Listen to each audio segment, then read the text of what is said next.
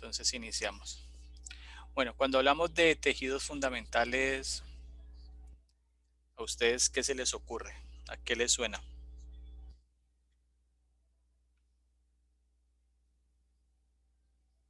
Que son los más importantes en una rama.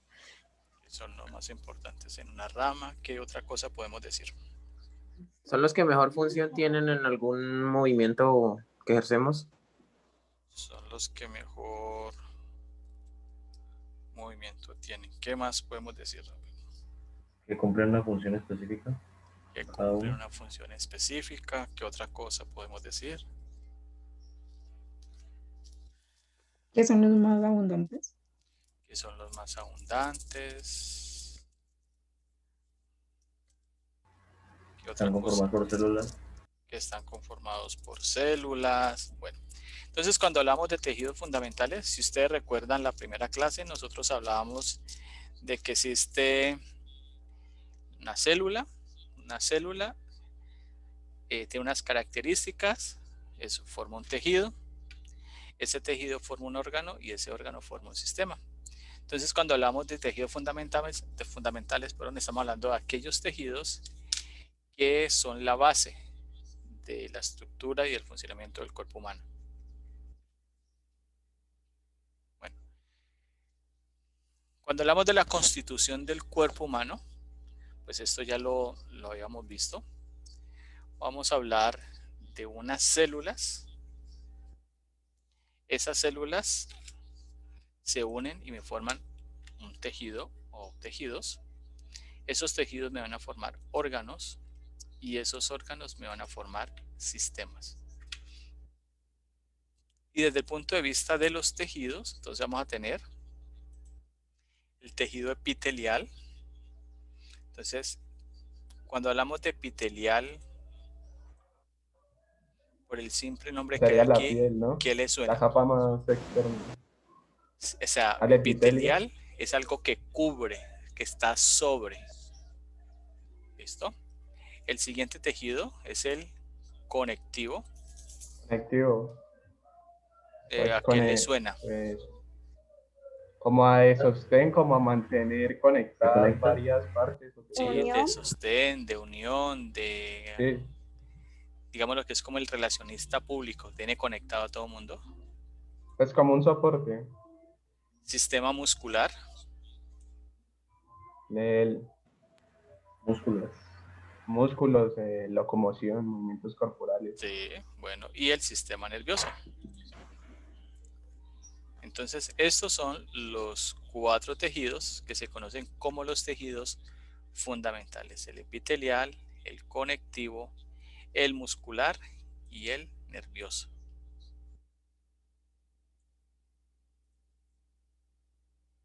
Bueno, para poder formarse esos tejidos, pues vamos a hacer algo muy general, no vamos a profundizar porque no es como el alcance de la asignatura, pero sí hay que entender algo que se llama la célula. ¿Listo? Entonces, la célula es la unidad estructural y funcional de la vida. Entonces, todo lo que pasa a nivel macro va a pasar a nivel micro, o primero se da a nivel micro. Por ejemplo, si la célula presenta un desequilibrio hidroelectrolítico, o sea, que ha perdido agua y por ende ha perdido electrolitos, ese desbalance se va a reflejar de manera sistémica. ¿Listo? Entonces, la célula va a presentar una estructura externa que se llama la membrana celular. Y dentro de la membrana celular van a haber unas estructuras. Esas estructuras van a ser el núcleo. Tenemos uno aquí. Vamos a tener el retículo endoplasmático, el aparato de Golgi, unas estructuras denominadas centriolos, la mitocondria, que es la planta energética del cuerpo, lisosomas y los ribosomas. Y en el núcleo, a la periferia de él, voy a tener la membrana nuclear. Y todas estas organelas van a estar dentro o embebidas o inmersas en una estructura que se llama el citoplasma. Entonces ellas van a estar como nadando, flotando dentro de ellas.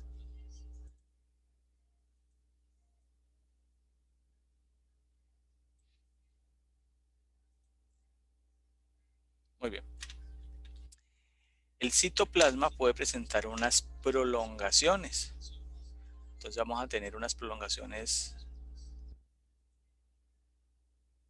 como cilios, aquí lo vemos, o flagelos, algo parecido a los renacuajos.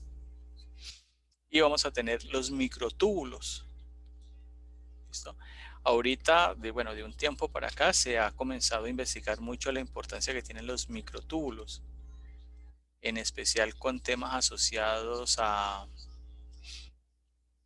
comprender mejor el por qué, por ejemplo, una persona que fue trasplantada de corazón comienza a tener comportamientos similares a los de su donante. Entonces, se han comenzado a estudiar el tema de los microtúbulos para comprender eso. Bueno, entonces, la célula va a tener una división celular, que es la manera por la cual la célula se va a duplicar. ¿Listo? Entonces, dentro de las organelas vamos a tener lo siguiente. Dentro del citoplasma tenemos el citoesqueleto, donde vamos a tener filamentos proteicos de sostén. Dentro de ellos están los microtúbulos o los filamentos. Dentro de los microtúbulos vamos a tener mayor contenido de citoesqueleto y va a haber una enzima que se llama la tubulina. Dentro de los microfilamentos, estos van a ser delgados, van a estar a la periferia y dentro de ellos la enzima que se presenta sería la actina. Los centrosomas, entonces vamos a tener los centriolos que están cerca del núcleo, y van a estar encargados del uso mitótico. El uso mitótico, cuando la célula comienza a duplicarse, se va hacia los extremos para poder que haya la misma cantidad de estructuras cuando se haya la duplicidad celular. La mitocondria, entonces vamos a hablar que es la central energética. Ella lo que hace es funcionar a través del ATP, que es adenosín trifosfato, y dentro de ella vamos a tener el ácido desoxirribonucleico o ADN, que es donde están nuestros genes, y el ARN mensajero, que ahorita pues está muy de moda por el tema de las vacunas. Y el complejo de Golgi lo que hace es sintetizar carbohidratos que van a generar energía. El retículo endoplasmático, entonces puede ser liso, su función es sintetizar las grasas, y el rugoso tiene que ver con la síntesis de proteínas. Los ribosomas se originan en el nucleolo y tienen que ver con la síntesis de proteínas. Los lisosomas tienen que ver con todo el tema de la disolución de los componentes celulares y se originan en el aparato de Golgi. Y las vacuolas tienen que ver con el transporte intracelular de las sustancias. Bueno, entonces esto es algo muy general, chicos. Entonces a partir de eso vamos a tener que los tejidos, que ya sabemos que son el epitelial, el conectivo, el muscular y el nervioso se van a dividir, van a tener una clasificación y una función también. Entonces el tejido epitelial, como lo dijeron ustedes al comienzo, está asociado a la superficie. Puede ser superficial o de revestimiento. Cuando hablo de revestimiento es que cubre algo. También tengo un tejido epitelial glandular, o sea que tiene que ver con las glándulas, y ese tejido puede ser un tejido glandular exocrino o endocrino. Cuando hablo del tejido conectivo, voy a hablar de dos: propio o en estricto sentido y especializado.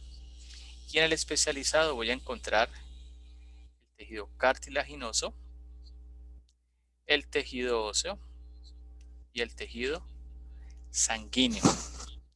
Cuando hablo del tejido muscular, voy a hablar de un tejido liso o visceral y un tejido estriado. Y el tejido estriado se va a dividir en dos: esquelético o cardíaco y cardíaco. Y en el sistema nervioso, tejido nervioso, tenemos las neuronas y las células gliales. Las células gliales son estructuras de sostén, de soporte.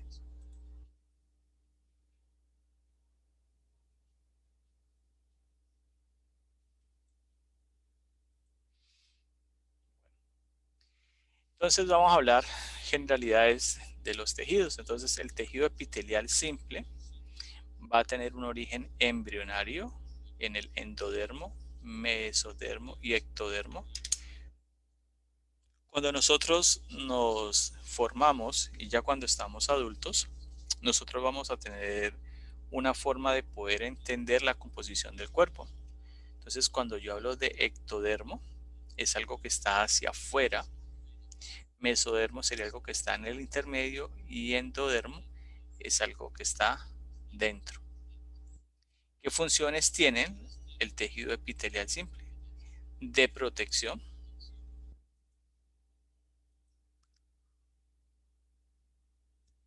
de absorción, de secreción, excreción y reproducción.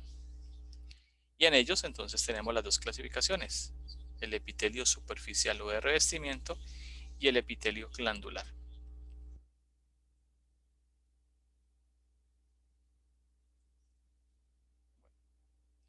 Entonces, ¿cuáles son las generalidades en este caso del tejido conectivo? Primero, que es el de mayor presencia en el cuerpo y que se clasifica en dos: en propio o estricto sentido y especializado. Entonces, ¿cuáles son los ejemplos del tejido conectivo? Tenemos un tejido conectivo laxo, que lo voy a ubicar en la piel. El tejido adiposo hace parte del tejido conectivo, entonces lo encontramos distribuido en todo el cuerpo.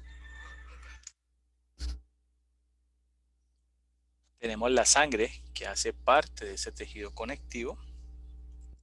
Tenemos el tejido conectivo denso, que tiene que ver con los ligamentos, y recuerden que nosotros hablábamos que los ligamentos son aquellas estructuras o aquellos tejidos que estabilizan una articulación.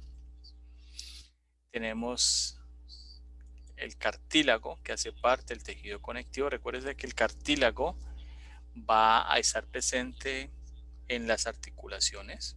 De hecho, hay unas articulaciones que se clasifican como cartilaginosas. Y el tejido óseo, que ya sabemos que nos forma el sistema óseo o el sistema esquelético.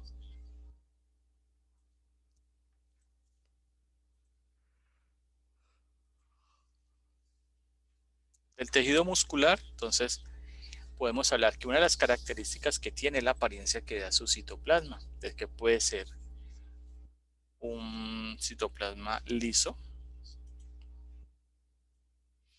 o puede ser uno estriado.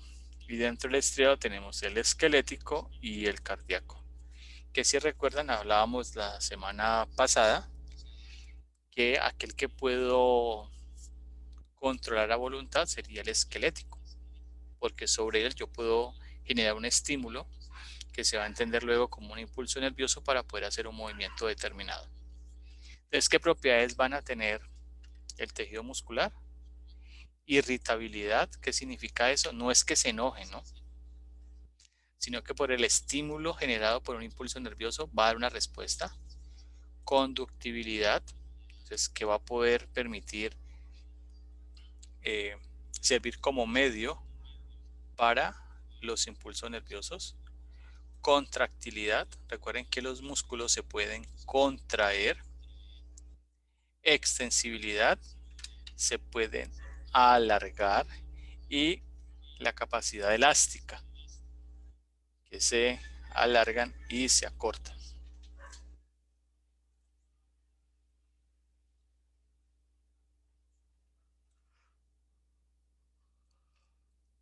Muy bien, el tejido nervioso, entonces vamos a hablar de células gliales o neuroglías.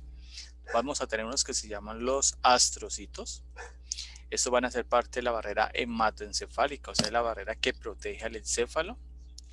Los oligodendrocitos, los epidemocitos y la microglía.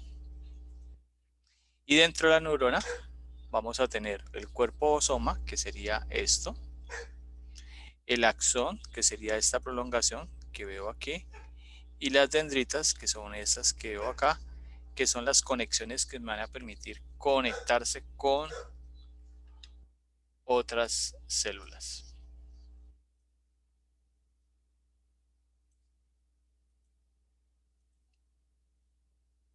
Muy bien, entonces las neuronas, dependiendo del número de prolongaciones que tengan, se van a clasificar. Entonces tenemos las neuronas unipolares, entonces que tienen una sola prolongación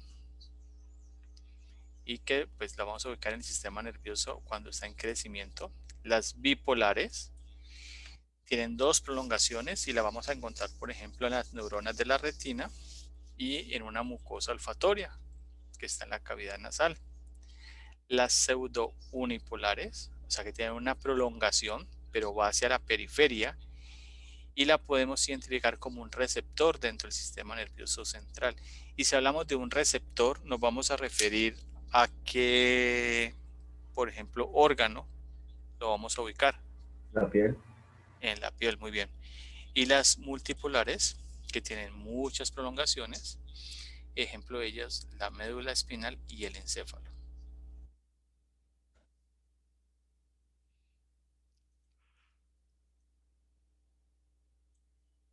Bueno, chicos, entonces esto es como un resumen muy corto de lo que serían los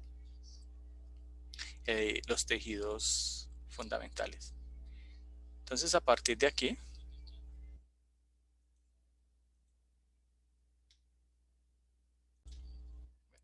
es cuando hablamos del encéfalo, estamos hablando de tres estructuras que están dentro de la cavidad craneal, que tendríamos aquí el cerebro, el cerebelo que se encuentra en la parte posterior y el tallo cerebral.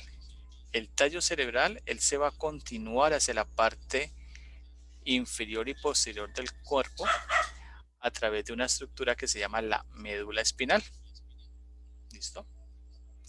El cerebro, aquí lo podemos decir, va a presentar unos lobos, unas divisiones que se van a relacionar con los huesos del cráneo, que ahorita vamos a ver esos lobos.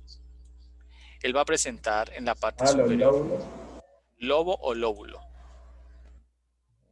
En la parte superior vamos a tener un surco que me va a dividir este en dos mitades, una derecha y una izquierda.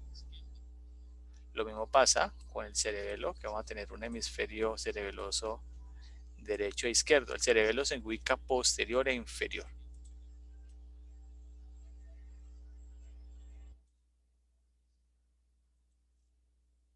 Muy bien. Embrionariamente hablando, el encéfalo se divide en prosencéfalo o encéfalo anterior, míralo acá, mesencéfalo o encéfalo medio, y rombencéfalo o encéfalo posterior. A su vez, el prosencéfalo se divide en telencéfalo. Entonces el telencéfalo corresponde a los hemisferios cerebrales. En la mitad vamos a tener el diencéfalo, que es esta estructura, que va a estar relacionada con el mesencéfalo. Y en el... Profe, una pregunta. Decime. ¿Es verdad lo que dicen que cuando una persona se golpea la cabeza y la mitad del cuerpo queda sin funcionar, eso tiene que ver con una parte y la otra, o es mentira? No, sí tienes que ver. Lo que pasa es que el cerebro, a lado y lado, tenemos las mismas áreas. O sea, tenemos la capacidad de funcionar haciendo diferentes cosas. Lo que sucede es que vos tenés una dominancia, ¿no? Entonces, si sos derecho, tu hemisferio izquierdo es el que va a tener mayor dominio sobre el lado derecho. Pero no quiere decir que el hemisferio del lado derecho no tenga funciones con su mismo lado. Entonces, en ocasiones hay personas cuando tienen algún tipo de lesión o un tipo de alteración, pues puede tener algún tipo de complicación desde el punto de vista motor. ¿Listo? El rompencéfalo, entonces va a tener dos divisiones, una que se llama el metencéfalo, que lo vamos a denominar el cerebelo, y el mielencéfalo, que va a ser la médula oblongada o bulbo raquídeo. Y por último, la médula espinal, que es la continuación de el tallo cerebral.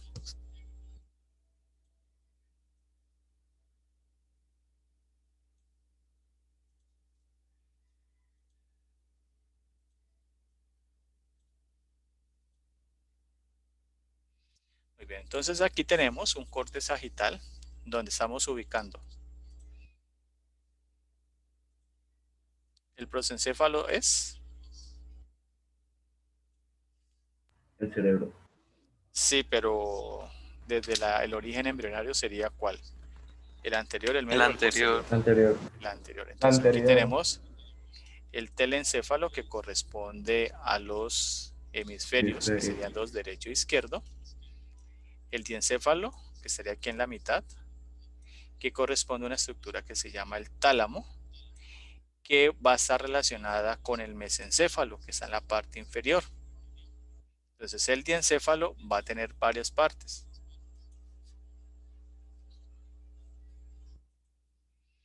Una porción se llama el hipotálamo,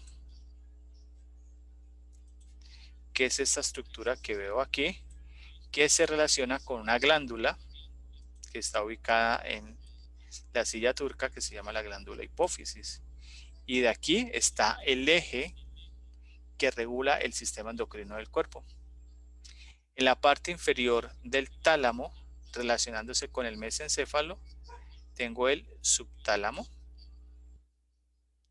La parte posterior del tálamo, se habla de algo que se llama el epitálamo, que está sobre el tálamo, y otra estructura que se va a preguntar o se va a plantear sería el metatálamo. Entonces el mesencéfalo corresponde a esta porción que voy a ver aquí, que hace parte del tallo cerebral. Entonces ya voy al rombencéfalo, que sería el encéfalo ¿qué? Posterior. El encéfalo posterior. Entonces aquí voy a tener dos divisiones: metencéfalo, que corresponde a esa estructura que es el cerebelo, y el mielencéfalo, que corresponde a el tallo, perdón, a la médula oblongada o bulbo raquídeo, porque en el metencéfalo voy a tener aquí el puente o protuberancia.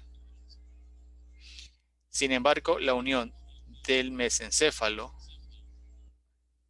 puente y médula oblongada o bulbo raquídeo, pues a eso le vamos a llamar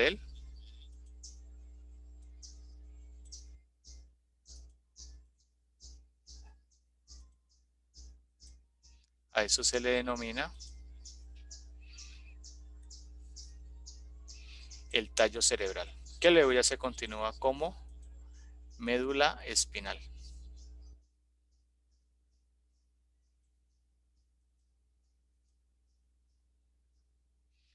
Muy Muy bien, entonces en este corte, que es un corte de tipo transverso, el cerebro va a tener unas fibras.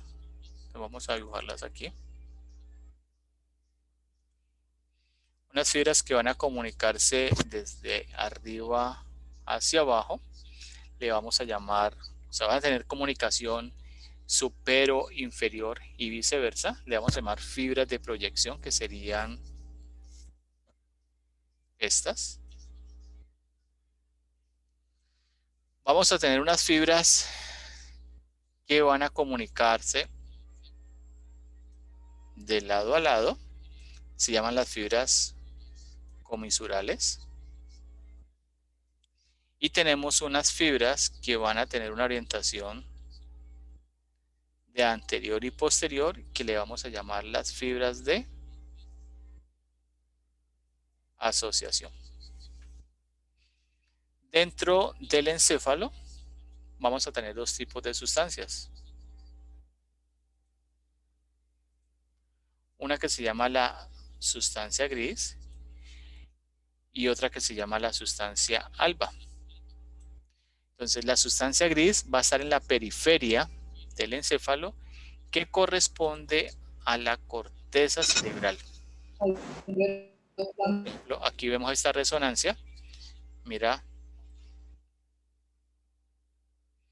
cómo se ve la sustancia gris.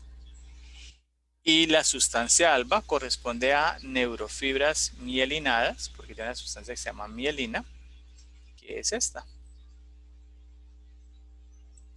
Y también vamos a encontrar en el encéfalo unos núcleos. Esos núcleos van a cumplir una función específica y van a estar conformados por cuerpos neuronales. La principal fibra comisural que tiene el cuerpo se llama que tiene el encéfalo, perdón, se llama el cuerpo calloso, porque comunica el encéfalo entre sus dos mitades. La principal fibra de proyección es la cápsula interna, que es esta que vemos aquí.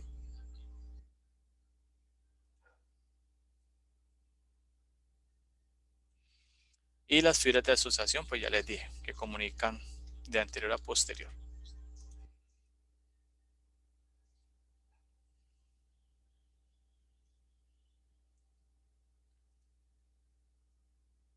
Muy bien. En la parte superior del encéfalo tenemos una fisura longitudinal. Entonces, cuando hablamos de una fisura longitudinal, es como una hendidura que hay allí. Y esa fisura me va a dividir el encéfalo en dos mitades. El hemisferio derecho y el hemisferio izquierdo.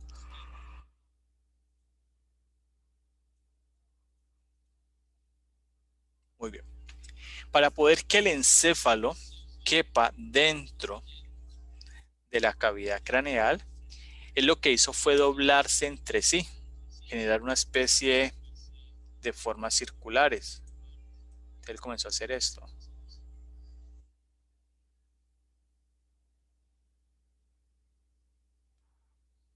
Para poder caber. Entonces, a estas formas circulares le vamos a llamar giros o circunvoluciones, y el espacio comprendido entre los giros se denominan surcos. Para poder comprender el encéfalo tenemos que identificar dos surcos principales. Un surco que va por la mitad, que se llama el surco central o surco de Rolando, y un surco que va por la parte lateral o surco de Silvio. Por nomenclatura actualizada, entonces se habla de surco central y surco lateral. A partir de esos surcos, entonces el encéfalo, desde la división dada por los hemisferios cerebrales, puedo comprender y ubicar los lobos o lóbulos cerebrales. Del surco central hacia la parte anterior tengo el lobo frontal. Del surco hacia la parte posterior tengo el lobo parietal. Desde el surco lateral hacia abajo tengo el lobo temporal. Y hay una incisura o escotadura en la parte inferior que me va a delimitar desde el lobo temporal hacia el lobo occipital. Y aquí tenemos una estructura que se llama la ínsula de Rey, que es algo que está dentro de.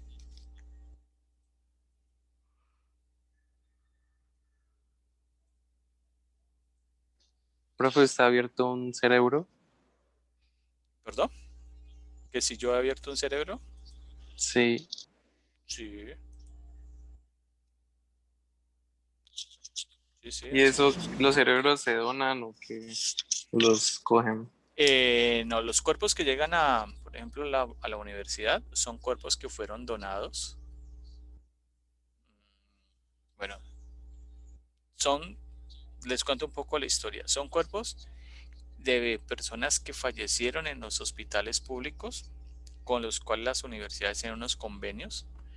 Y las personas que fallecen, bueno, esperan primero a que sus familiares lo reclamen. Si no tienen familiares que los reclaman, entonces están allá y se espera un tiempo. Si pasado ese tiempo nadie lo reclamó, entonces la universidad, el hospital, perdón, está en la obligación antes de hacer la inhumación, o sea, enterrarlo o donarlo. Pero como son hospitales públicos, pues ustedes saben que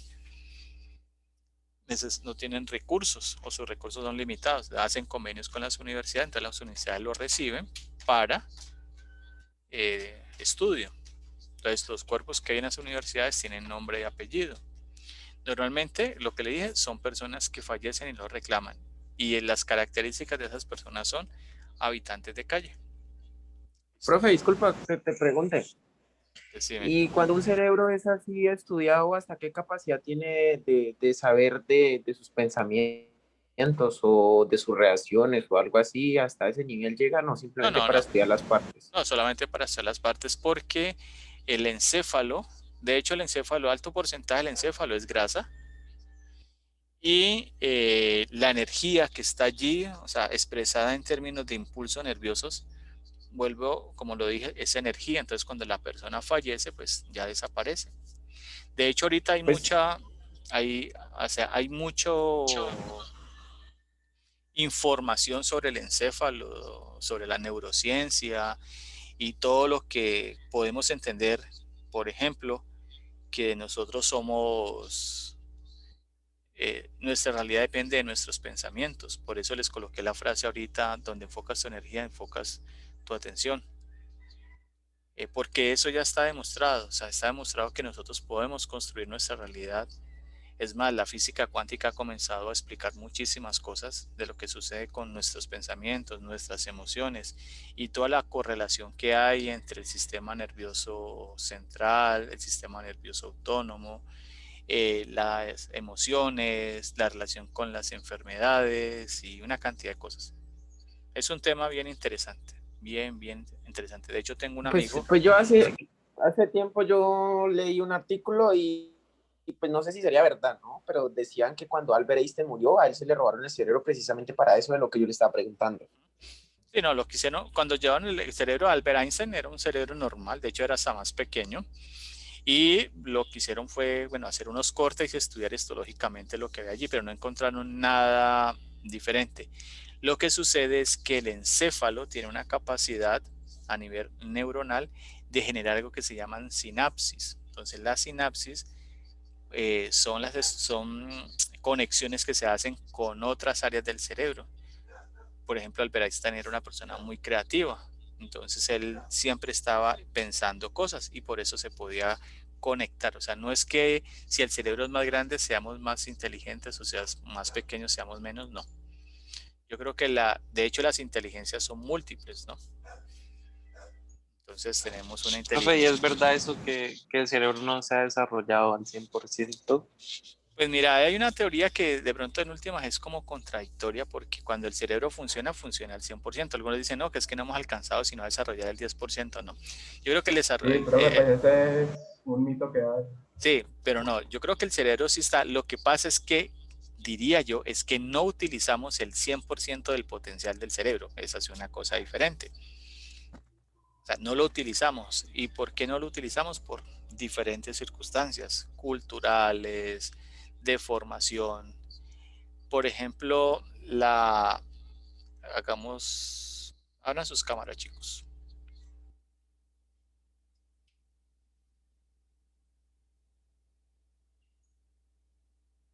Abrimos las cámaras, profe. Abren las cámaras para verles la cara. Es, por ejemplo, qué sucede con el cerebro ahorita y todo el tema de la neurociencia. Entonces, por ejemplo, ellos hablan de que nosotros en la medida que estudiamos vamos aprendiendo nuevas cosas y esas cosas que aprendemos generan un cruce de información en diferentes sentidos. Entonces estimulan las fibras comisurales, las de proyección, las de asociación, eso lo hacen. Pero también depende mucho del medio donde estemos. Entonces, hablamos en el término de profesores. Si vos tenés un profesor que está al frente tuyo y estimula de manera adecuada tu proceso de formación, pues vos vas a ir hacia adelante, o sea, te va a animar, te va a impulsar hacia algo. Pero si vos tenés un profesor al frente que siempre va a decirte, usted es un bruto, usted no sabe, usted no sirve, usted no es bueno para esto, dedíquese a esto, estudie la carrera que no era, pues ¿qué va a pasar cuando vos te enfrentes a ese profesor? Que te va a generar un trauma. Y eso pasa en todo sentido. Entonces allí donde viene, por ejemplo, que dice que las palabras tienen poder. Y, por ejemplo, el tema de los pensamientos. Entonces, si yo, por ejemplo, en este momento que estoy trabajando con ustedes, estuviera pensando en la situación que viví, pues mi atención la estoy llevando al otro lado. O sea, no voy a estar en tiempo presente. Entonces, son diferentes cosas que se están asociando ahorita que tienen que ver con el cerebro, con la mente, con las emociones, con los pensamientos y que en última se van a ver reflejado en el cuerpo a través de enfermedades. Entonces hay gente que dice, pero es que yo por qué sufro de esto, sufro de aquello. Pero cuando se hace conciencia de su estado de ánimo, entonces se encuentra el por qué. De hecho, hay enfermedades que ya se han demostrado que son enfermedades que han sido generadas por un estado emocional. Entonces, el cerebro ahorita te lleva a eso.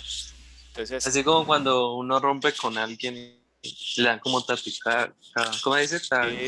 taquicardia, sí, lo mismo. Y si ustedes, por ejemplo, alguna vez han salido a hacer una exposición, entonces les da algunos daños de estómago, otros les da nervios. Si yo les dijera ahorita, saquen una hoja que vamos a hacer un quiz, un parcial, y los coja así, ustedes, pucha, ¿qué pasó? Entonces, aumenta la adrenalina de golpe. Usted comienza a pensar una serie de cosas y algunos se podrán sudorosos, fríos, nerviosos. Bueno, va a pasar muchas cosas, pero tiene que ver con todo el sistema nervioso. Es un tema bien interesante, bien interesante. Yo tengo un compañero que estudió conmigo en la universidad, él es ingeniero electrónico y él hizo su doctorado en neurociencias. Entonces, ustedes como bioingenieros posiblemente puedan irse por ese lado. Es un tema bien interesante, que si les apasiona eso, váyase por ahí, muchachos. O sea, nunca, como dice por ahí en la película, nunca deje que nadie le robe sus sueños, que nadie les diga que usted no puede hacer lo que quiere hacer. Nunca deje, nadie, absolutamente nadie. Muchas veces tenemos en nuestras familias, nuestros papás, nuestras mamás, nuestros hermanos, lo que sea, usted no va a hacer eso, usted tal cosa, usted no puede, usted no fue hecha para eso, usted tal cosa, usted tal otra, no. Y nos encontramos en este medio académico con profesores que les va a decir eso, usted unos brutos. Es que usted es un bruto, usted no sirve. Es que no, nadie es bruto, muchachos. Eso es falso, eso es absolutamente errado y estúpido decir que una persona es bruta. Todos sabemos cosas, lo que pasa es que algunos ignoramos unas y otros ignoran otras. Por ejemplo, nosotros que estamos aquí en la ciudad y la gente que está en el campo, ¿nosotros sabemos trabajar la tierra? ¿Ah? Entonces, y hay personas que están en la ciudad y se creen pues como la última Coca-Cola del desierto. O sea, hello, yo tengo un iPhone. Y sí, váyase con ese iPhone a la selva a ver de qué le sirve. La linterna será. ¿Listo? Entonces muchas veces le descarga rápido. Por eso, entonces hay personas que tienen esa convicción de que porque estamos en la ciudad somos mejores que los que están allá. No, todos tenemos inteligencias múltiples y todas las inteligencias son válidas. Entonces nunca le digamos a una persona, usted no sabe, usted es un bruto, porque eso es lo más dañino que se le puede decir a las personas. Profe, hijo del coeficiente, ¿cómo es? Intelectual, nada, lo que pasa es que el coeficiente intelectual te lo preguntan a ver como recordación de cosas, es el examen de estado. O sea, pues con todo respeto, personalmente me parece que es un saludo a la bandera, porque una cantidad de información que muchas veces en el colegio ni siquiera se da. En los colegios muchas veces nos enseñan a repetir cosas, pero en ocasiones no nos preparan para lo más importante, muchachos, para vivir. Y algo que tendrían que prepararnos desde el momento en que nacemos, para morir, porque todos vamos para allá. Siempre pensamos que la muerte es algo por allá tan lejano que nunca va a llegar, ¿no? Eso es tan latente que tenemos allí, que la educación debería estar pensada en eso, en enseñarte, en educarte para la vida y en educarte para la muerte, porque el día que nos toque eso, mucha gente se queda allí, los que se quedan acá se quedan pegados en eso. Entonces, posiblemente nos alejamos un poco del tema, pero tiene que ver con lo mismo, muchachos. ¿Listo? Entonces, todo lo que usted se meta en la cabeza, lo va a conseguir. Si usted le pone la emoción adecuada para que eso salga. ¿Listo? Bueno, entonces seguimos. Será como publicidad política ahí.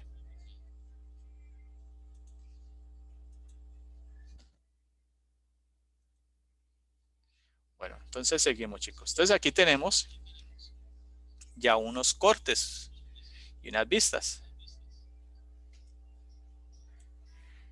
Tenemos un corte medial.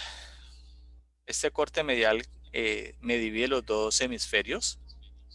Este sería la cara medial de qué hemisferio. Bueno, le ubico. Esto es anterior, esto es posterior. Entonces, si esto es anterior y esto es posterior, esta es la cara medial de qué hemisferio, el derecho o el La izquierdo. derecha. Derecho. Derecho. Muy bien. Esta es una vista lateral. Entonces, esto es anterior, esto es posterior. ¿Cómo identifico que es posterior? Porque el lobo occipital que está en la parte posterior es como puntiagudo. Y el lobo frontal que está en la parte anterior es como algo redondito, ¿vale? Y esto es una vista inferior. Aquí. Que está relacionado con la base interna del cráneo. Si les interesa el tema del cerebro y eso, ahorita les comparto un link. Yo se los comparto de una vez. Preparemos aquí. Profe, nosotros no vamos a hacer.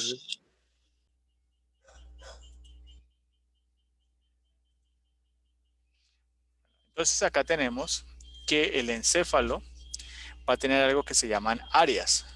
Entonces las áreas van a ser sitios específicos que van a cumplir una función determinada en el cerebro. Este surco que tenemos aquí se llama el surco central. Por delante de él hay un giro, que aquí lo voy a dibujar. Este surco, perdón, este giro se le llama el giro precentral porque está antes del surco central, y este que está en la parte posterior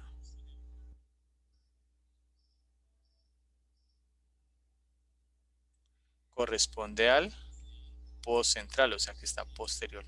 Entonces, hacia la parte anterior yo voy a tener la región prefrontal, que va a estar relacionada con el lobo frontal. Y aquí en el lobo frontal es donde está todo lo del juicio, el raciocinio, la lógica.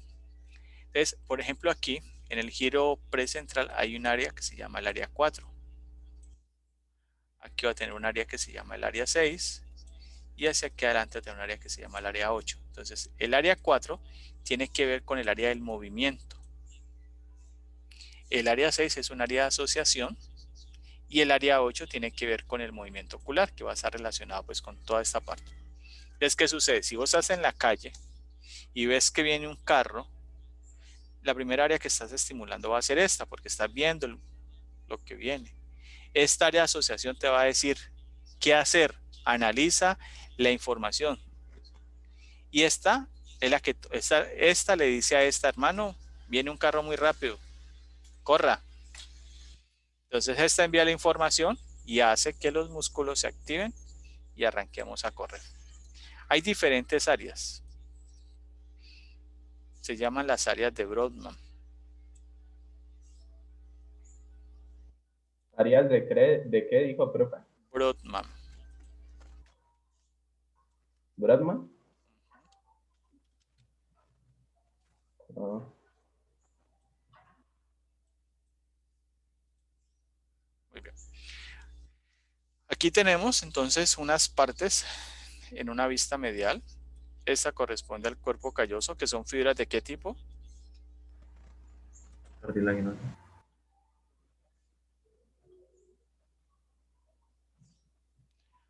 Bueno, pero un momentico, chicos, que por aquí está. Angie, ¿quieres hablar?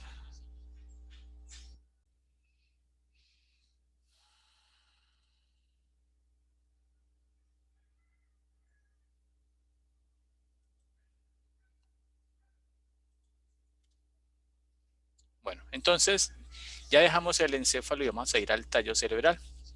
Entonces recuerden que el tallo cerebral va a llevar las fibras o va a llevar información hacia la parte inferior, pero también va a llevar información que viene desde la parte inferior hacia la parte superior. O sea, va a ser como la autopista que va a llevar toda la información. Entonces aquí vamos a tener tres partes. La primera, que es el mesencéfalo, que ya lo habíamos hablado. La segunda parte, que es el puente de la protuberancia, y la tercera parte, que es el bulbo raquídeo o la médula oblongada. En la parte superior tenemos el tálamo, que ya sabemos que hace parte del diencéfalo. El tallo cerebral, si yo trazo una línea aquí, esta línea me lo va a ir en dos mitades. Una mitad posterior o dorsal y una mitad anterior o ventral. En la parte posterior vamos a tener cuatro colículos, cuatro estructuras redondeadas que se llaman los tubérculos cuadrigéminos, que me forman la lámina cuadrigémina. Los dos superiores tienen que ver con la visión y los dos inferiores con la audición. En el puente, su nombre lo indica, es un puente, entonces es una estructura que va a estar entre el cerebelo, que está aquí, y el puente, este es el tallo. Entonces el puente lo que hace es establecer como conexiones de lado y lado. Es como si fueran las fibras comisurales en el encéfalo. Y en la parte inferior pues tenemos la médula oblongada, que por la parte posterior van a ser las vías aferentes, sube la información, y por la parte anterior van a ser las vías eferentes o motoras. Aquí hay una estructura que se llama el cuarto ventrículo, que los ventrículos son cavidades por las cuales van a circular el líquido cerebroespinal o líquido cefalorraquídeo.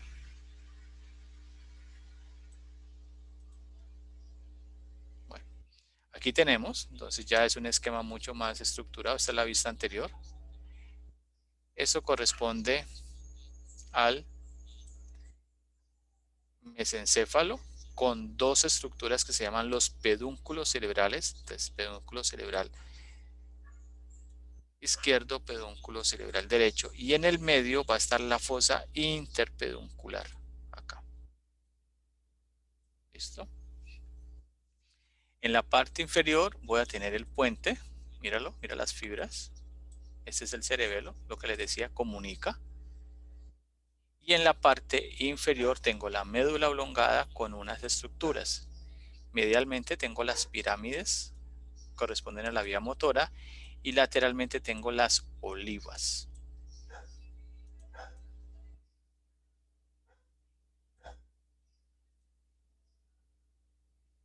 Muy bien.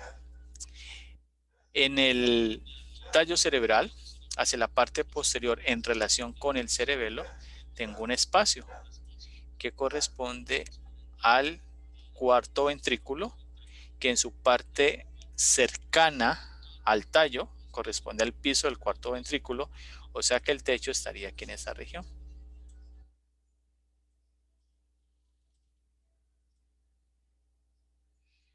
Esta es la vista posterior del tallo.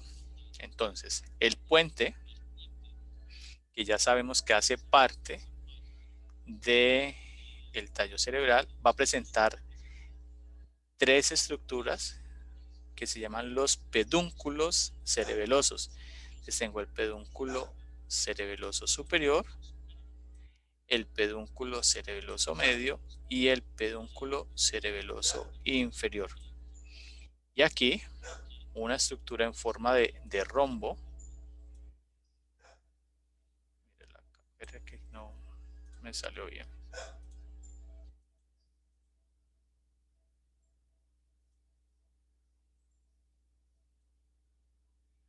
Eso de una forma de rombo, entonces se llama la fosa romboidea, que corresponde al piso del cuarto ventrículo.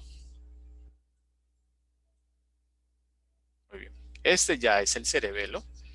Entonces recuerden que el cerebelo ya hace parte del rombencéfalo o cerebro posterior, más específicamente metencéfalo. Entonces el cerebelo va a estar dividido en dos hemisferios, se llaman hemisferios cerebelosos. Uno izquierdo, uno derecho, y va a tener dos lobos, un lobo anterior y un lobo posterior. Si lo veo desde el punto de vista de la evolución, lo más nuevo sería el lobo posterior y lo más antiguo sería el lobo anterior, que también se le conoce con el nombre del paleocerebelo y aquí el neocerebelo. Toda esta estructura corresponde al cerebelo y medialmente va a haber una especie de estructura que une, que se llama el nódulo, que lo tengo aquí, que presenta dos estructuras laterales que se llama el flóculo.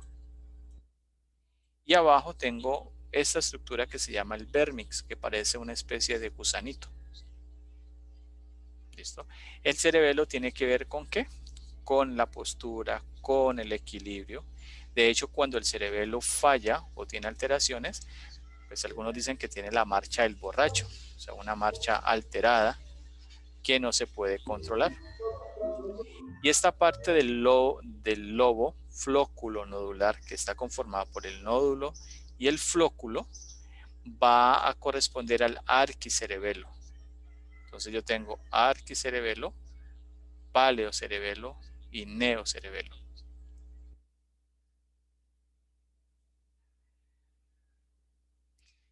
En el cerebelo, al igual que el encéfalo, vamos a tener sustancia gris y sustancia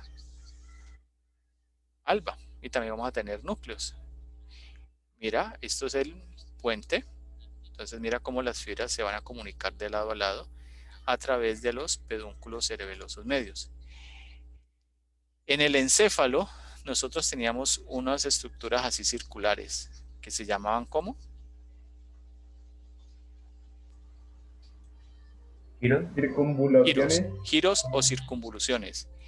Esos giros en el encéfalo se llaman folios o folias. Y lo que en el encéfalo decíamos surco, que era un espacio que delimitaba un giro, o sea, esta depresión. O sea, como unas líneas, ¿no? Sí. En el cerebelo se le llaman fisuras. O sea que la fisura correspondería al surco, el folio a el giro. ¿Esas son las de Rolando y esas? Exactamente, sí señor. Muy bien. Aquí tenemos entonces los ventrículos. Entonces los ventrículos son espacios, son cavidades por los cuales va a circular el líquido cefalorraquídeo. Entonces tenemos dos ventrículos laterales que corresponderían al 1 y al 2. Tenemos un tercer ventrículo que lo voy a ubicar en relación con el mesencéfalo, más específicamente por allá, por la fosa interpeduncular, y un cuarto ventrículo que estaría en el tallo. En el mesencéfalo hay un orificio que va a permitir la fluidez del líquido cefalorraquídeo, que que se llama el acueducto del mesencéfalo o acueducto de Silvio.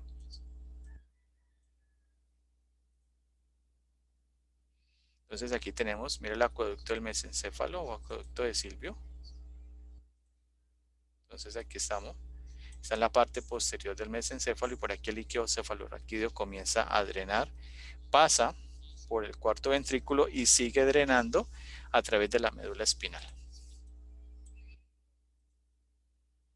Bueno, el líquido cefalorraquídeo se forma o se filtra a través de unas estructuras que se llaman los plexos coroideos, que lo vamos a encontrar a nivel del encéfalo. Entonces, esta estructura que veo aquí se llama el cuerpo calloso.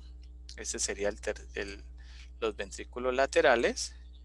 Esto sería el tercer ventrículo y acá pues tendríamos teóricamente el cuarto ventrículo.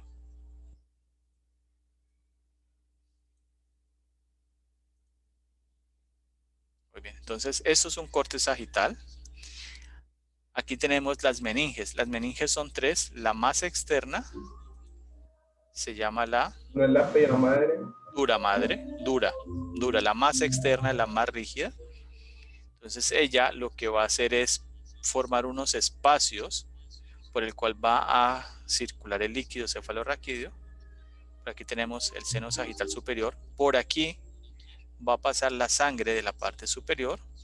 Se va a ir hacia la parte posterior de la base interna del cráneo. Aquí se forma un surco para el seno transverso.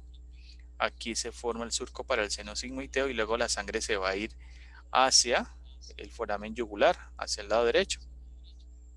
Hacia el lado izquierdo se va por un plexo y luego va a terminar drenándose la parte anterior. Esta estructura es dura madre que está dividiendo el lobo occipital del cerebelo. Eso se le llama la tienda del cerebelo, que es un espacio que lo divide, que sería esto aquí. Aquí estaría el cerebelo y aquí estaría el lobo occipital.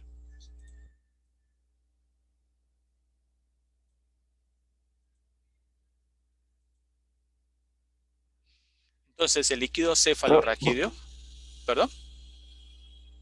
Profe, entonces cuando hablan de un subconsciente, ¿eso es que es algo que no existe o si existe? ¿Dónde está ubicado? ¿O simplemente la ciencia lo dice porque lo dice? No, está por aquí. El subconsciente tiene que ver con el sistema nervioso autónomo, con el sistema nervioso que no controlamos de manera voluntaria. Vos, por ejemplo, en este momento estás concentrado en la clase, pero estás pendiente si respiras o no.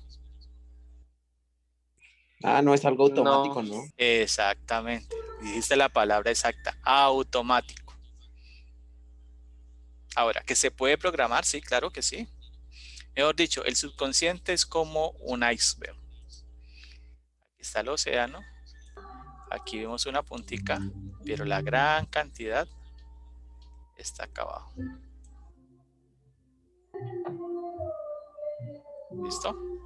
Entonces los plexos coroideos, bueno, esta es la circulación del líquido cefalorraquídeo. Ya saben, ventrículos laterales, tercer ventrículo, cuarto ventrículo, hacia abajo a través de la médula espinal.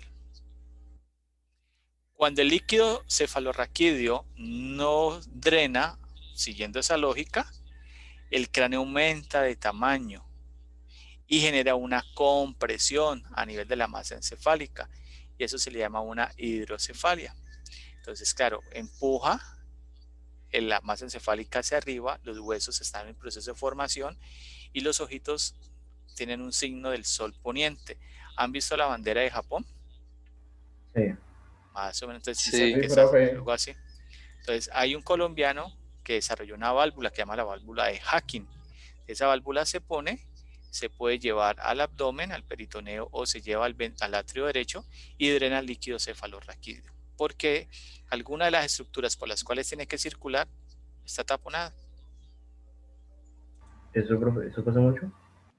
No muy frecuente. Ahorita ya hay mucha tecnología, entonces se identifica rápido. Bueno, chicos, vamos a hablar de los nervios craneales. Considero justo que hagamos una pausa. ¿Les parece? Claro. Cuando ustedes escuchan la palabra nervios craneales, ¿qué se les ocurre?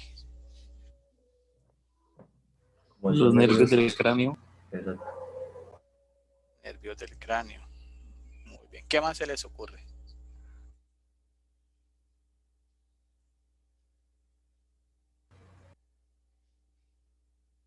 Esos nervios que se encuentran a la periferia del cráneo. Bueno, que se encuentra en la periferia del cráneo. Listo. Entonces, cuando hablamos de los pares craneales, de los nervios craneales, pues estamos hablando de unos nervios que van a tener su origen en el encéfalo y su origen en el tallo cerebral, que son estructuras que ya ustedes identificaron. Estos nervios, algunos se quedan allí y otros van a salir del cráneo y van a cumplir diferentes funciones. Estos nervios son 12 en total. Estos en total, bueno, son 12 pares, en total van a ser 24. Van a ser enumerados con números romanos. Van a tener un origen y un componente. Recuerde que los nervios pueden ser sensitivos y motores. Si son sensitivos, pueden ser de sensibilidad especial o sensibilidad general. Sensibilidad especial es que van a un sentido o a un órgano que tiene que ver con un sentido. ¿Cuáles son los sentidos? Olfato, gusto, Olfato, gusto, tacto. ¿Cuál otro? vista. Gusto. Visión y audición, son 5, ¿no? Sí, señor. Cuando son de sensibilidad general, pues van a piel. Cuando son motores, van a un músculo. Cuando son mixtos, es que tienen fibras sensitivas y especiales. Entonces, el primer par craneal se llama el nervio olfatorio. Su origen real es el bulbo olfatorio. Es sensitivo especial y se queda en el cráneo, no sale. El segundo nervio es el óptico. Entonces, tiene que ver con la visión. Se origina en la retina y es sensitivo especial. El tercero es oculomotor. Se origina en el mesencéfalo. Ustedes ya saben cuál es el mesencéfalo. Es motor y sale del cráneo por una estructura que se llama la fisura orbitaria superior. El cuarto par craneal es el nervio troclear. Se origina en el mesencéfalo, es motor y sale por la fisura orbitaria superior. El quinto par craneal es el nervio trigémino. Este nervio se divide en tres, tiene 3 ramas. De la rama oftálmica, la rama maxilar y la rama mandibular. Se origina en el puente, que ya conocen. Es mixto. Y su primera rama, que es la rama oftálmica, sale por la fisura orbitaria superior. La segunda, que es la maxilar, sale por el foramen redondo. Y la tercera, que es la mandibular, sale por el foramen oval. El sexto nervio, perdón, es el nervio abducente. Es un nervio motor. Su origen aparente es en el bulbo raquídeo y sale el cráneo por la fisura orbitaria superior. Séptimo par craneal, el nervio facial. Tiene 5 ramas. Una temporal, una cigomática, una bucal, una marginal de la mandíbula, una cervical. Sale del cráneo, se forma aparentemente el bulbo raquídeo, es un nervio mixto y sale por un foramen que se llama el estilomastoideo. El octavo par craneal, nervio vestíbulo-coclear. Se origina en el bulbo raquídeo, es de sensibilidad especial porque va al oído e ingresa por un orificio que se llama el meato auditivo interno. Tenemos el glosofaringeo. Se origina en el bulbo raquídeo, es mixto y sale del cráneo por un foramen que se denomina yugular. El décimo, nervio vago. Se origina en el bulbo raquídeo, es el nervio parasimpático por excelencia y también sale por el foramen yugular. El 11, que es el accesorio, también se origina en el bulbo raquídeo, es mixto y sale por el foramen yugular. Y el 12avo es el nervio hipogloso, sale por el bulbo raquídeo, es motor y tiene su propio canal, se llama el canal del hipogloso. Entonces, en resumen, esto es la clase de los pares craneales. ¿Listo? La idea es que ustedes los identifiquen desde el punto de vista de lo que hace y dónde se originan. Porque, por ejemplo, si ustedes van a trabajar en un dispositivo que mejore la visión, pues deberás de entender lo complejo del sistema.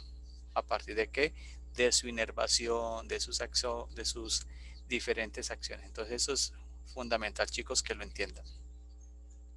Entonces aquí tenemos un esquemita muy sencillo. Lo anterior era como el resumen teórico.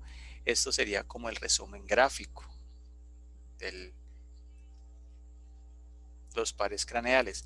Aquí ustedes van a ver que hay fibras que son de color azul y hay otras que son de color rojo. Por memotecnia, lo azul es sensitivo, lo rojo es motor. Entonces aquí tenemos primer par craneal, ¿cómo se llama? El olfatorio. El olfatorio. Segundo par craneal, el nervio óptico. Aquí tenemos el tercero, cuarto y sexto. Estos tres nervios tienen que ver con el músculo o los músculos extraoculares que están al lado del ojo. Quinto par craneal, nervio trigémino. Entonces mira que él es mixto. Tiene un componente motor, tiene un componente, ni siquiera está caliente. Tiene un componente sensitivo. No está caliente. Séptimo par craneal, el nervio facial. Este nervio va a tener también dos componentes, mira, uno sensitivo y uno motor. El octavo es el vestíbulo coclear. Mire que es sensitivo 100%. El noveno es mixto, tiene un componente azul y rojo.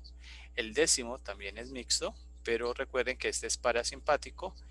El onceavo es motor y el doceavo es motor, ¿vale? Entonces, para ustedes es claro el concepto de motor y sensitivo, ¿cierto? ¿Sí o no? Sí, profesor.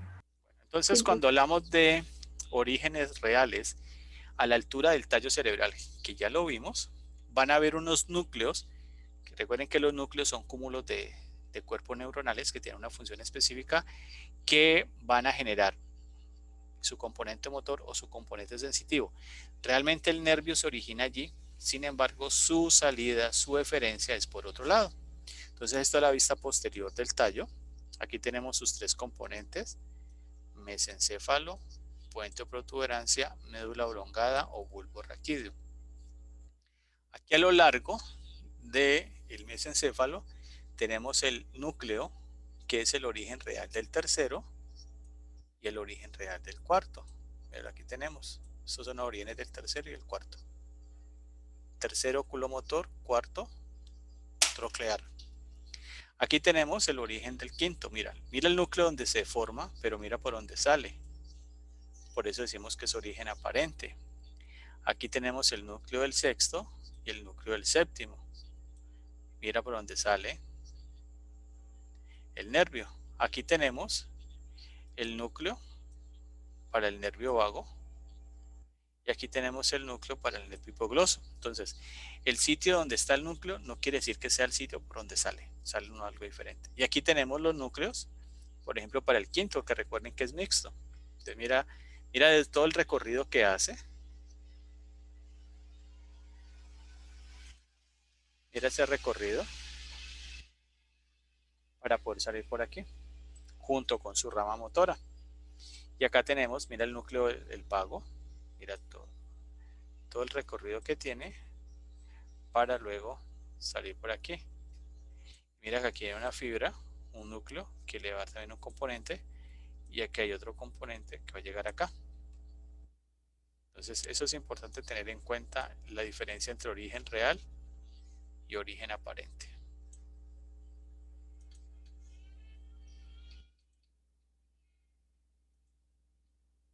Aquí es un corte sagital y en este corte sagital lo que nos van a mostrar es cómo realmente la ubicación y la distribución de los núcleos que me van a formar esos nervios. Entonces, mira el recorrido que tienen. Esto es como un entramado de cables. Por ejemplo, aquí tenemos los núcleos del tracto solitario para el par craneal 7, 9 y 10, que que míralo aquí. Si te hablan del gusto, ¿hacia qué órgano crees que llega? De la boca. Sí, a la boca. O sea, La lengua. y con qué, a la lengua, ¿y con qué sentido se relaciona? Gusto. Con El gusto. el gusto. Gusto. Aquí tenemos el núcleo salivatorio, superior e inferior. Tiene que ver con el nervio 9 y 7. Si es salivatorio, ¿a dónde creen ustedes que puede llegar? La boca. Glándulas salivales. A las glándulas salivares. Muy bien. Entonces mire que estos nervios, independiente de su origen, van a tener unas funciones específicas. ¿Vale? Entonces aquí tenemos, esto es una vista anterior del tallo, esta es una vista posterior, y aquí lo que nos están mostrando es el origen aparente de los pares craneales. Entonces tenemos tercer par craneal, el oculomotor, sale entre la fosa interpeduncular en el mesencéfalo. El único par craneal que se origina en la parte posterior es el cuarto, que es el troclear. Luego tenemos el quinto par craneal, que es el nervio trigémino que sale en el puente, y del sexto par craneal al 12º par craneal se originan, o su origen aparente es ¿en qué estructura? Tallo cerebral. Tallo cerebral, muy bien. O sea que el tercero y el cuarto se originan en el mesencéfalo, el quinto su origen aparente es en el puente, y del 6 al 12 la médula oblongada o bulbo raquídeo. Bueno, entonces el tercero y el cuarto par craneal van a ir a un área donde van a cumplir una función de inervar los músculos extraoculares. Los músculos extraoculares están relacionados con el globo ocular. Entonces, el oculomotor me va a inervar el músculo recto medial hacia la parte inferior por acá, el recto inferior. Por allá adentro no alcanzo a ver un músculo que se llama el oblicuo inferior, y este que es el recto superior. Y el abducente, que es el sexto par craneal, me inerva un músculo que se llama el recto lateral. O sea que el oculomotor va a ser el responsable de que el ojo mire hacia arriba, hacia abajo, hacia la parte medial y hacia la parte lateral e inferior. Y el abducente, que es el sexto, es el responsable de que el globo ocular o que el ojo mire hacia la derecha, hacia afuera o hacia la izquierda respectivamente. O sea que si estos nervios se dañan, ¿qué le pasaría al ojo? No podría mover. No se podría mover. Perdería el movimiento. Perdería el movimiento. O sea, puede ver, pero no se puede mover. Sería estático, ¿cierto? Exactamente. Sería como una cámara. El cuarto par craneal es el nervio troclear, y este nervio me inerva un músculo que se denomina el oblicuo superior. Y ese es el nervio troclear. Entonces, este músculo hace que el oblicuo superior, pues según la literatura, hace que el ojo vaya hacia abajo y lateral. Pero realmente por el tema de descomposición de vectores, hay dudas sobre eso. El quinto par craneal es el nervio trigémino. Ese nervio es mixto. Entonces, a nivel de la cara, va a ser sensitivo con sus tres ramas. B1 o nervio oftálmico, B2 o maxilar, B3 o mandibular. Este nervio en la cara me permite tener sensaciones de dolor, temperatura y de presión. Ojo, presión, no depresión. ¿Listo? O sea que si yo puedo tocar allí y empujar, él va a sentir ese cambio de presión que estoy ejerciendo en un área específica. El trigémino se divide en tres ramas. Entonces aquí tenemos en la base interna una estructura que me va a permitir la ubicación espacial de los tres nervios: la rama oftálmica, la rama maxilar y la rama mandibular.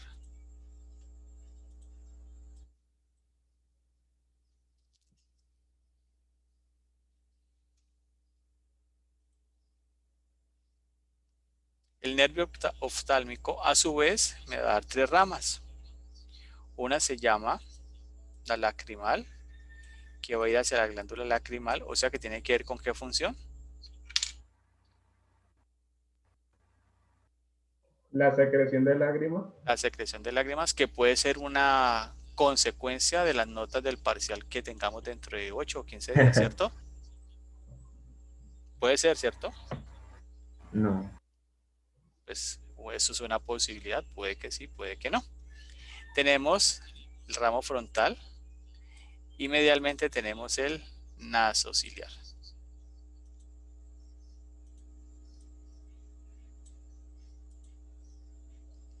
El nervio maxilar, que derrama el trigémino, entonces tiene un nervio que sale por un foramen, que se llama el infraorbitario, va a salir por acá, y va a dar sus ramas a nivel lateral, dorsal de la nariz y de los dientes superiores. Y me va a inervar este espacio grande que es el seno paranasal del hueso de la maxila. La otra rama del nervio trigémino es la rama mandibular. Entonces este nervio va a tener 4 ramitas. Una que va hacia la parte posterior, que se llama la auriculotemporal. Una que va hacia la región de la boca, sería el bucal. Una que va hacia la lengua, el lingual. Y una que va hacia los dientes inferiores, que se llama el alveolar inferior. De hecho, el nervio trigémino, en su rama mandibular, tiene que ver con la inervación de los músculos de la masticación. El nervio facial es el séptimo par craneal, se divide en 5 ramos o ramas que se distribuyen en la cara y es el responsable del punto de vista motor de inervar los músculos de esta región. Entonces la primera rama corresponde a la rama temporal, la segunda la rama cigomática, la tercera la bucal, la cuarta la marginal de la mandíbula y la quinta la rama cervical. Este nervio sale del cráneo por un foramen que se llama el estilomastoideo, atraviesa una glándula que encontramos en esta región, que es la región parótido-masentérica, pero no inerva esa glándula, la atraviesa.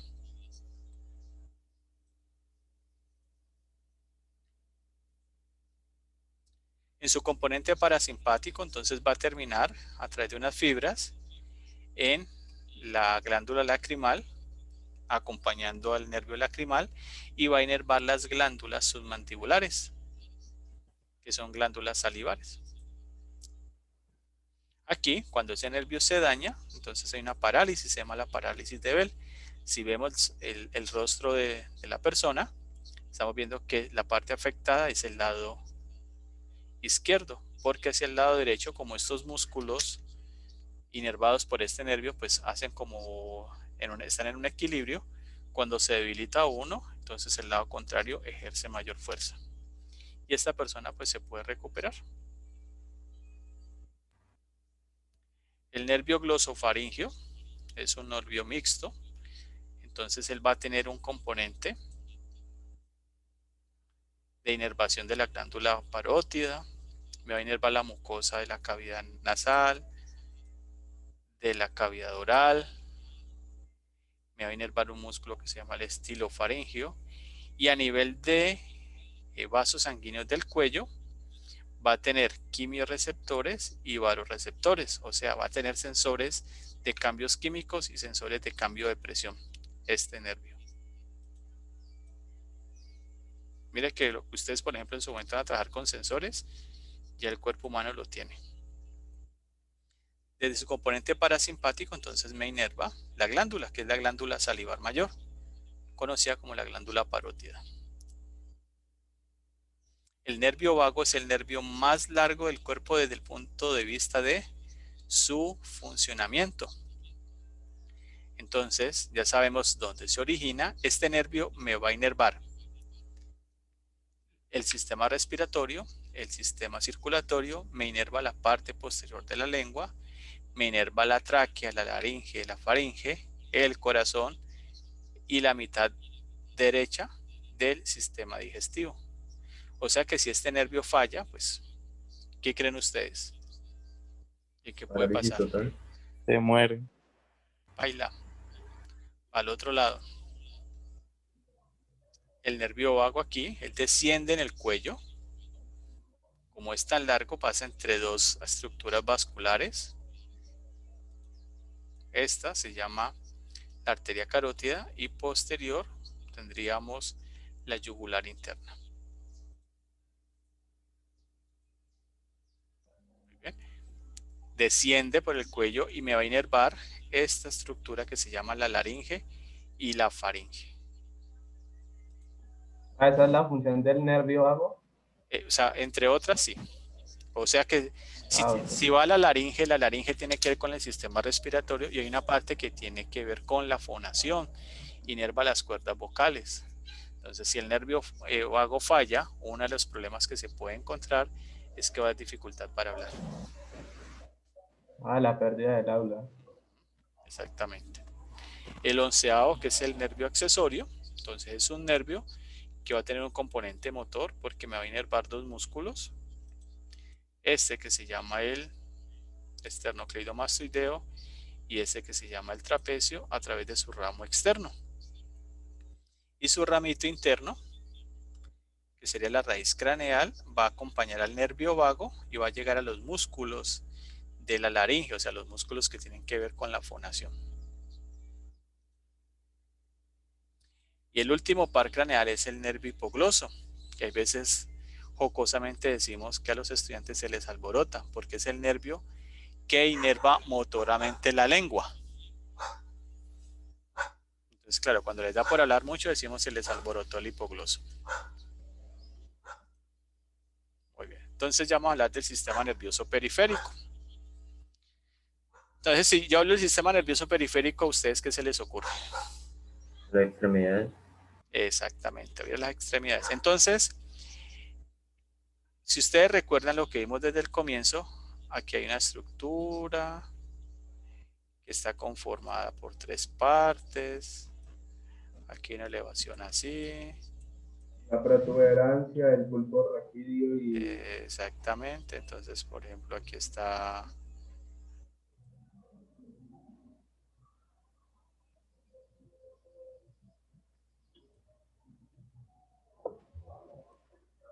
Aquí teníamos esto. Sí. Vamos a decir que parece una ballena, pues porque... Más o menos así. ¿Sí? ¿Más o menos se acuerdan? Sí. Sería como el encéfalo, pues. En un corte sagital. Entonces la médula espinal es la prolongación del tallo cerebral. ¿Cómo se llaman las capas que tiene el encéfalo? La masa externa es... Las meninges. Exactamente. La La masa duramadre. externa, dura madre. La intermedia... Pía madre. No, la aracnoides y la más interna es la pía madre. Resulta que estas tres meninges también las voy a encontrar aquí. Entonces, las vértebras van a tener un espacio que se llama el foramen vertebral y por allí va a pasar la médula espinal. Entonces, la médula espinal atraviesa ese canal vertebral y vamos a tener 31 nervios espinales. Estos nervios espinales van a salir por unos espacios que se llaman los forámenes intervertebrales que van a estar entre las vértebras. Y por aquí salen estos nervios. Y estos nervios me van a formar algo que se llaman los plexos que conforman el sistema nervioso periférico. O sea, que van a ir, los que forman los plexos, pues hacia el miembro superior e inferior. Y van a haber otros nervios que van a ir hacia el tórax, que se llaman los nervios intercostales. Entonces aquí tenemos, esta es la médula espinal. Vemos las tres capas, la dura madre, la aracnoides y la pía madre. Y mira los nervios por donde salen. Míralos. ¿Sí lo ves? Por aquí salen. Les van a dar unos espacios similares como en el encéfalo. Por aquí va a circular líquido cefalorraquídeo. Esta es la vista posterior de la médula, porque aquí tengo un ganglio y este ganglio es posterior, se llama el ganglio dorsal. En la parte posterior, por aquí, van a ir unas vías que van a llevar la información. Es una vía de entrada, o sea, es sensitivo. Y hacia la parte anterior tenemos la vía motora, o sea que va a ser la vía de respuesta, la vía aferente. De la parte posterior es la vía sensitiva o aferente. ¿Listo? Entonces aquí tenemos las raíces posteriores, van a ser entonces raíces sensitivas, las raíces anteriores van a ser raíces motoras. Voy a tener un ramo dorsal y vamos a tener un ramo ventral. Entonces los nervios van a tener esos dos componentes para manejar el tipo de información que sea requerida dependiendo de su funcionamiento. A nivel del tórax, entonces tenemos que esos ramos me forman los nervios dorsales, porque en el dorso, que es la parte posterior del tronco, no tenemos plexos. Entonces ellos van a inervar toda esta musculatura que tenemos aquí. A nivel de los nervios, entonces tenemos que estos se van a distribuir en el cuerpo y se van a llamar nervios espinales, que tienen su recorrido a partir de los nervios que salen a través de la médula espinal. Bueno, chicos, entonces con esto